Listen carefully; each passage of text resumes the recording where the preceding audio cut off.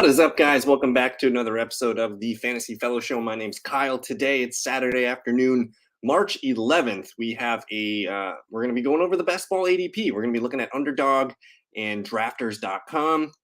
So sit tight. I'm going to show you guys a couple things on the screen here. And I just kind of want to show you guys because we just had the NFL Combine, so rookies are moving up and down. We also had the massive trade with the Bears and the Carolina Panthers yesterday. The Bears trade out of the number 1 overall pick. They fall back to 9. Panthers move up. Rumor is they're taking CJ Stroud, and he's likely going to be starting for them right away. So we'll look into CJ Stroud for fantasy football this year. And then before we get into it, I just want to show you guys, if you're new to Drafters or Underdog, if you sign up on Drafters and you deposit, you're going to get a $20 bonus cash. I'll get $20 as well, so it works both ways. And then over on Underdog, what they do is your friends also get their first deposit matched in bonus cash up to $100. So you put $50 in, you're going to get $50 back from Underdog here. And I believe I get $10 back. So the kickback's not as good as Underdog, or is not as good as Drafters. But either way, Underdog's half PPR, Drafters is full PPR. But let's get into it. I did put a link in the fantasy, or I guess in the description below if you guys want to follow along. You just hover over the content tab, and we'll look at Underdog. That's the more popular site for best ball right now. And let's get into it. I have the tabs here, top 275. You can look by QB, RB, receiver, tight end, and rookies. But here you go. This is your the heavy hitters, man. Like when we're drafting for fantasy football for our upcoming 2023 seasons. You're looking at Justin Jefferson as the first player off the board, and it's not close. See, his ADP is about 1.2. The next closest is 2.5 with Jamar Chase. So Justin Jefferson, first player, first receiver off the board, followed right behind him is Jamar Chase. Running back Christian McCaffrey goes number 3. Cooper Kupp at number 4. That one's kind of interesting. I don't think I'm a fan of Cooper Kupp here. We have seen rumors of Matthew Stafford potentially retiring. He's had a lot of injuries throughout his career. Last year knocked him out with another injury. Don't know if I trust Cooper Kupp up there at 4. We'll see if the Rams need to add a quarterback or something like that, but definitely a little bit shaky. He's also returning from a serious injury, and Matthew Stafford, I don't know if we can trust him. You have Travis Kelce at number 5, followed by Tyreek Hill, Stephon Diggs in the first round, Austin Eckler, Devontae Adams, A.J. Brown up here at number 10, Jonathan Taylor, and CeeDee Lamb round out your first round if you play in a 12-team league.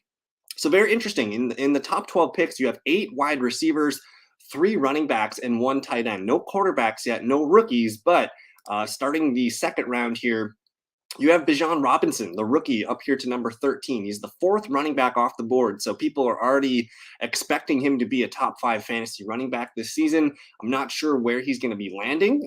Very interesting. He's got a range, he could go top 10. I think most people have him in the teens, anywhere from 11 to 19 seems to be a favorable spot. I know the Lions have been one of his most mocked teams. And if I'm going to go to mock draft database real quick here, I'll show you where he's been being mocked.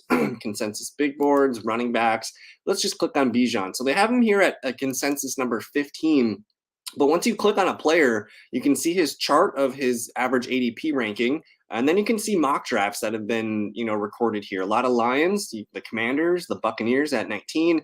There's the Chicago Bears at 9. That one's highly interesting to me. The Bears could be in for a quick turnaround now that they have DJ Moore, potentially adding Bijan Robinson. Another Tampa Bay, Seattle, Baltimore, Giants. I don't expect him to make it to the Buffalo Bills at any point here. I don't expect him to get past 19, 20.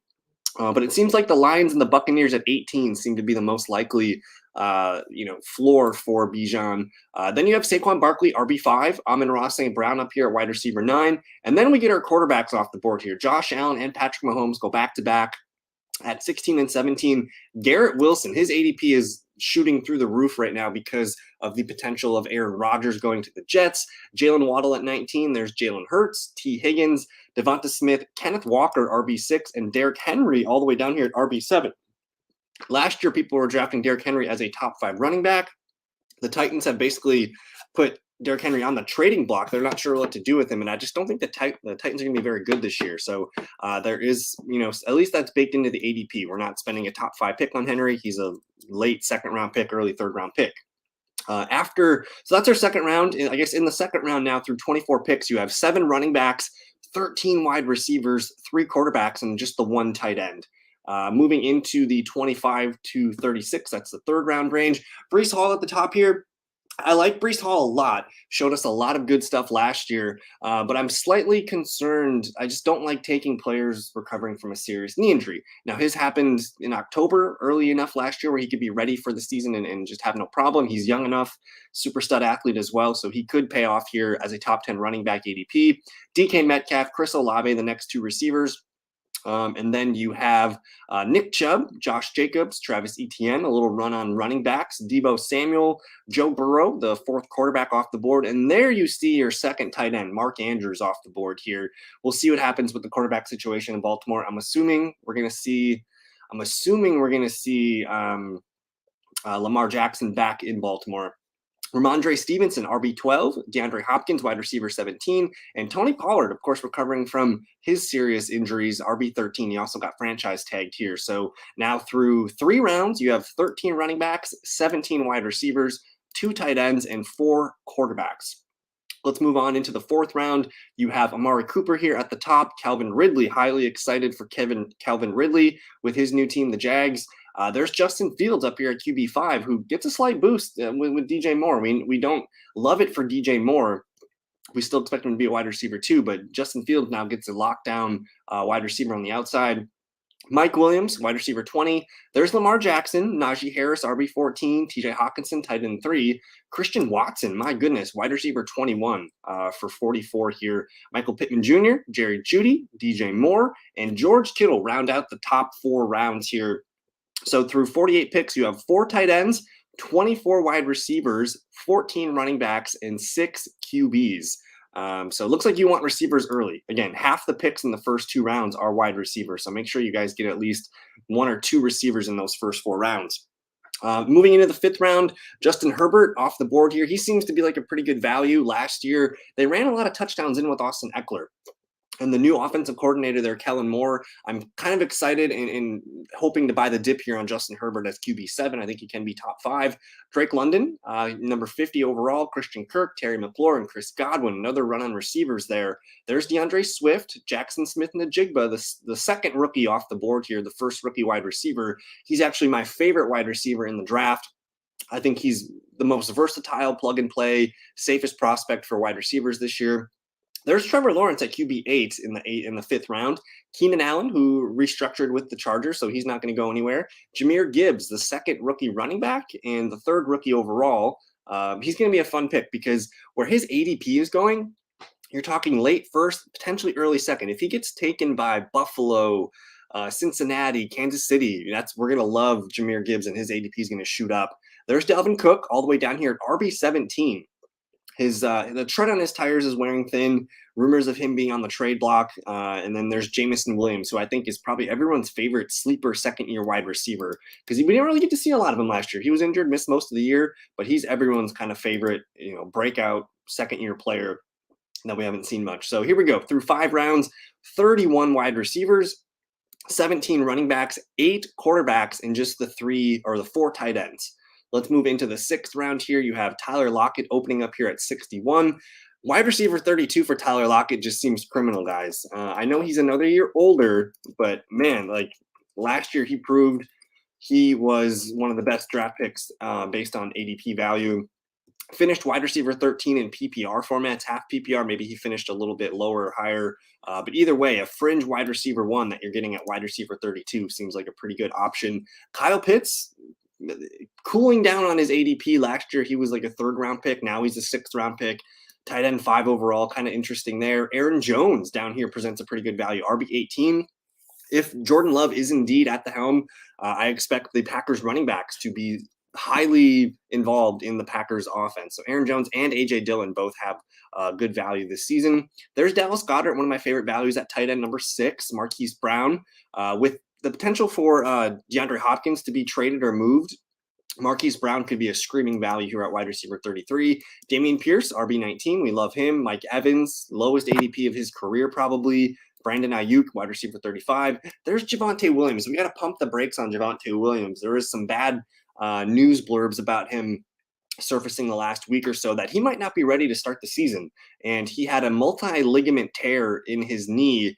and it doesn't sound like the recovery is going as smoothly and quickly as you could hope for. So Javonte Williams, we're going to have to pump the brakes on him. He's RB20. He's probably on my do not draft list. There's George Pickens, wide receiver 36. J.K. Dobbins, pretty good value here, RB21. Of course, last year he was returning from his serious knee injury. But my main stance on running backs coming off of, I guess, any player kind of coming off a serious knee injury, I don't like to take them in their first year back. I like to take them in their second year back. So he worked his way back last year, got his strength back in his knee, looked good at the end of the year. Dobbins, to me, seems like a pretty good value here at the end of the 6th round. And then Joe Mixon, signs of age and decline in Joe Mixon's game. Of course, he had the bad news where I don't know. I think he got it's a murky situation. I'm not really sure I want to report on it, but he did get some police matters involved. So we'll see about Joe Mixon. He might actually just be cut by the Bengals, which is why I like them taking Jahmyr Gibbs in the 2nd round or the 1st round. But overall, RB22, I'm probably going to be swerving from Joe Mixon there. And that's through 6 rounds now. So we have 22 running backs, 36 wide receivers. We have 6 tight ends, and it's been a while. It's 8 quarterbacks. So through 6 rounds, there you are. Every other pick through 6 rounds is a wide receiver. So make sure you get your wide receivers early, guys. At the top of the 7th round, you have Isaiah Pacheco, RB23. Not sure I love Pacheco. I'm assuming the Chiefs add some more running back talent to their room in the draft or free agency. Traylon Burks, a pretty good value here at wide receiver 37. Deontay Johnson, Gabe Davis. There's another rookie there, Jordan Addison, wide receiver 40. I'm not in love with Jordan Addison here. I'd rather have Jahan Dotson or even Rashad Bateman or some of the other guys on this list. But I love Jahan Dotson, Cam Akers there as well. Quentin Johnston, wide receiver 42, Rashad Bateman, Tyler Algier. There's Deshaun Watson, QB9. So that's pretty high praise there. And then Kadarius Toney, his 2nd year with the Chiefs, that could be a really nice takeoff spot. And at wide receiver 44, you're getting a guy that could be the Chiefs' best wide receiver. You also have Travis Kelce, another year older. Not sure what's happening with Juju Smith-Schuster. A few returns, but I really like Kadarius Toney with the Chiefs. And there you are, 7 rounds deep. We have 44 wide receivers, 44 out of 84. That's more than 50%. And then 25 running backs, 9 QBs, and just 6 tight ends. So you can wait on tight ends, guys. If you don't get Kelce, just wait till Goddard or I guess one of the other ones here. Moving into the 8th round, you have Dak Prescott, QB 10, Cortland Sutton, wide receiver 45. There's James Cook at number 26, running back. Evan Ingram coming in at tight end 7. Interesting. Alvin Kamara, going to pump the brakes on Alvin Kamara. Not interested in him. He's got some legal troubles going on. Not sure if he's going to be suspended a handful of games. So I'm just kind of out on him. I don't like him. Miles Sanders, RB28, free agent. We'll see where he ends up. James Conner, another year older, but they got no competition behind him at running back, so he's an interesting value play. Jacoby Myers, free agent for the Patriots. We'll see if he resigns with them or gets a new team, a new outlook. Zay Flowers, everyone that I've talked to seems to really like Zay Flowers. To me, his best player comp for a player like in the game now, it's probably Curtis Samuel, just souped up. I think he's stronger and a little bit better receiver than Curtis Samuel. Not sure if you would see him taking handoffs and things like that in the backfield, but his body size is similar to Curtis Samuel. He's just, I think, a little bit more polished as a route runner. Rashad White, RB30. Of course, letting Leonard Fournette go means Rashad White's going to be more used this year. But again, the potential for Tampa Bay to take Bijan Robinson at 19, I know a lot of people are expecting that. I don't think Bijan falls that far. So right now, Rashad White presents an interesting value at RB30. Here's another rookie, Zach Carbonet, UCLA. Again, what I like to say about Zach is when you watch his tape and you squint a little bit, he looks like Austin Eckler. He's a multi-threat, dual threat running back here, really fun player.